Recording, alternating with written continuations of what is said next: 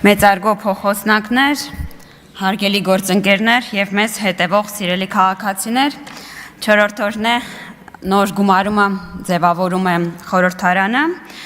եւ այժմ քննարկում ենք պարոն Վարդևանյանի որպես ընդդիմության փոխոսնակի թեկնածուի հարցը։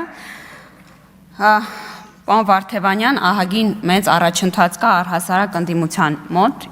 իմ համեստ պնդմամբ, որովհետև ես չէի կարող չնկատել, որ դուք ձեր խոսքի սկզբից մինչև ելույթի վերջ արդարացնում էիք ինքներդ ձեզ, թե ինչու ձեր կողմից հռչակված թուրք-ադրբեջանական տանդեմի կողմից Հայաստան ուղարկված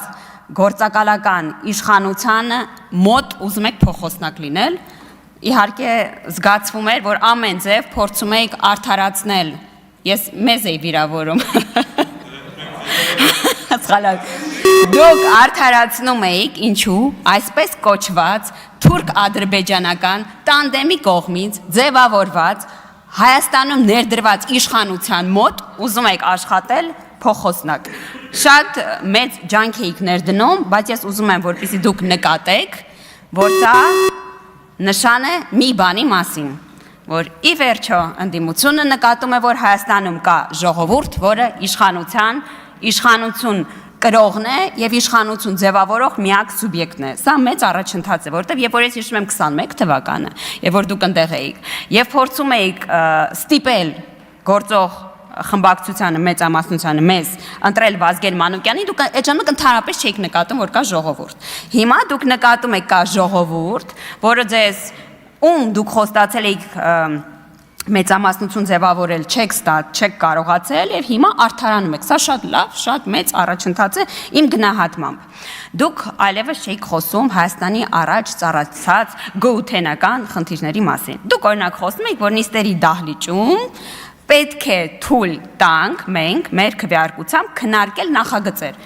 Սա հսկայական տարբերություն է, ուր գոութենական սպառնալիքները, ուր մշտական հանձնաժողովի եւ լիագումար նիստերի դահլիճում քննարկումների տարբերության մասին։ Օրինակ, որպես բերում էիք Հակա Սաֆարովյան օրենք, եւ ես ապշած էի։ Դուք չեք հետևում Նարեկ Կարապետյանի ռիլերին, որովհետեւ Նարեկ Կարապետյանը ինձ համար մի անծանոթ տղայի հետ ունի ռիլ, որտեղ ասում է, որ 300,000 այսպես կոչված ադրբեջանցիների վերադարձի հարցը դուք արդեն լուծել եք։ Իրականում Նարեկ Կարապետյանը, պարոն Կարապետյան, ռիլը կա, նոր ստուգեցի, չեք ջնջել։ Ես իրական փորձում եմ իրան գտնել, բարև ձեզ, ճիշտ է, դուք եք այդ ռիլում, դուք ասում եք, մի քիչ ռիլում ուրիշ տեսք ունեք, դրամա դժվարություն ունեք դա գտնել, ասում եք, որ այդ խնդիրը լուծված է, ինչպես են լուծել մեր սիրելի ընդդիմադիրները այս խնդիրը, ընտրությունների արդյունքով, ասում են ԿՊ-ն 2/3 չի ստացել, նոր բանը կապա հայտնվել, որի մասին ես միջից պահը տեղյակ չի, քանի որ իշխանությունը 2/3 չունի, պարզում այս հարցնել ինչ որ մի ձև սահմանադրության նոր նախագծով, երևի Տիկին Գալյանն էլ չգիտի այդ հարցը պիտի լուծեր, Տիկին Գալյան, եթե հետևում եք մեր նիստերին, իմացեք, այս խնդիրը լուծել են, պարոն Կարապետյան լուծել է, Հակա Սաֆարովյան օրենքի հարցն էլ փակվել է։ Բայց մի փոքր, եթե վերադառնամ բուն քննարկմանը, որովհետև Տիկին Վարդանյանը իհարկե բացեց իմ սիրելի հարցը, նաև պարոն Աղվան Վարդանյանը, ես վերադառնամ արտաքին քաղաքականությանը, որովհետև պարոն Վարդևանյանի հետ ամեն ինչ պարզ է։ Սպառնալիքների մասին։ Տիկին Վարդանյան, հարցնում եք մեր անկախությունը, մեր ինքնիշխանությունը մենք ոնց ենք չափում։ Վարչապետ այս հարցի պատասխան մի քանի անգամ տվել է։ Քչերից կախվածությունը փոխարինել կախվածություն շատերից։ Եվ իրականում այս բանաձևը բացահայտում է նաև այն արտաքին քաղաքականության սխալները, որոնք մեր գնահատմամբ տեղ են ունեցել։ Ասում է պարոն Վարդանյանը, որ կոմպլեմենտար քաղաքականություն են վարել այդ ժամանակվա իշխանության ներկայացուցիչները, ես նման կոմպլեմենտար քաղաքականություն չեմ ուզում իմ վատագույն երազում, որովհետև իրականում Եվրոմիության հետ դուք բանակցում եք այսպես գաղափարական հարցեր, հողի վրա, դուք ասում եք soft power-ը մոռանանք,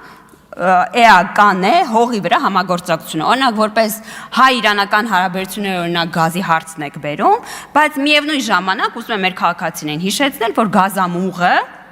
նույնպես ռուսական է։ Այսինքն հայ-իրանական գազը, որը պետք է այդ օրերում հայտարարվում էր, որ ծառայեր որպես այլընտրանքային աղբյուր, նույնպես ռուսական է։ Օրինակ ես նման կոմպլեմենտար քաղաքականություն վատագույն երազում պատկերացնել չեմ ուզում։ Ասում էիք վարում ենք Ռուսաստանից անկախ արտաքին քաղաքականություն, ուզում եմ հիշեցնել չարչված պարտք գույքի դիմաց գործարքը։ Նույնպես նման կոմպլեմենտար քաղաքականություն ես պատկերացնել չեմ ուզում։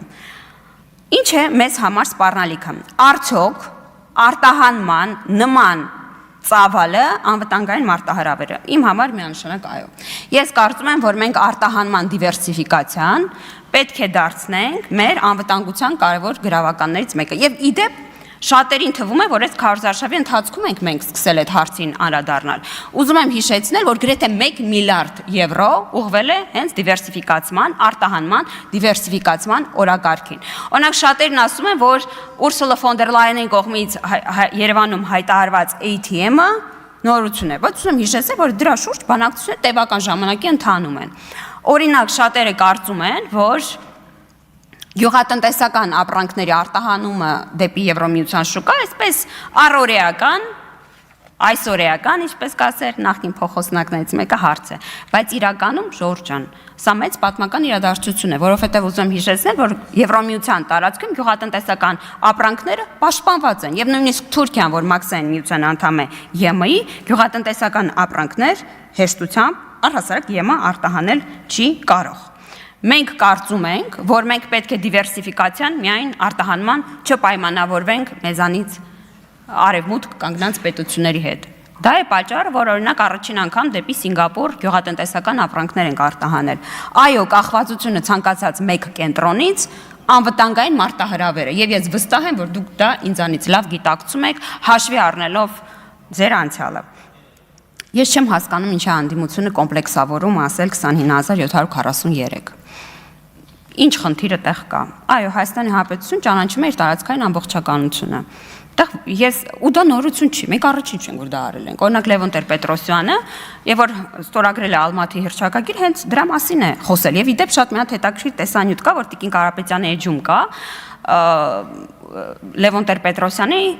խոսույթը Ալմատից վերադառնալիս եւ ինչպես է նա Լեռնային Ղարաբաղի հարցի մասին այդ կոնտեքստում խոսում։ Ալմատի հռչակագիրը, եթե չեմ սխալվում, չի վերացրել ոչ Ռոբերտ Քոչարյանի ի ուրախություն ինձ, ոչ Սերժ Սարգսյանի ի ուրախություն ինձ։ Եվ իրական բացի ընդդիմությունից կա մի սուբյեկտ, որ չի ճանաչում, ըստ իս չի ճանաչում 20743-ը, դա Ռուսաստանի Դաշնությունն է։ Իդեմս հապկի իդեպ, որովհետև երբ որ մեր սուվերեն տարածքների նկատմամբ տեղի ունեցավ առաջին հարձակումը եւ մենք դիմեցինք հապկին, հապկը արձագանքեց հետեւյալ ձևով. մենք չգիտենք ձեր սահմաններ որտեղով են անցնում, ինչ որ լողացող սահման ուներ հապկը պարզվեց։ Հետո երբ որ հապկը նկատեց, որ քարտեզների հարցը կարծես թե լուծվում է, հայտարարեց, որ իրականում այս քարտեզները պահպանվում են իրենց շտաբում։ Եվ որ մենք մի քանի անգամ ասում ենք, դե եթե շտաբում կա քարտեզ, ուրեմն կա սահման, ուրեմն դուք ճանաչում եք, Հայաստան դաշինքը Մարիա Զախարովային հերթ չտալով ասում էր, կամ հապկի սխալ եք դիմել, կամ սահմանը լողացող է։ Եվ դրանից հետո, երբ որ ի հայտ եկավ Դաշնակցության 0.004 առանց ամբողջի հանձնարարականը, մի ամբողջ հանձնարարականի հայտ եկավ, պարզվեց, որ սա պատահական շրջաբերական, այո, դա պարզվեց պատահական համընկնում չէր։ Եվ դրա համար, երբ որ մենք ասում ենք, որ մեր ընդդիմությունը, ես ասում եմ ռուսական է, բայց քանի որ քաղաքակիրթ պետք է լինենք, ասեմ ռուսամետ է, չնայած արդեն կարող եմ ասել ռուսական է, հաշվի առնելով, որ Սամվել Կարապետյանը կրում է նաև ռուսական անձնագիր եւ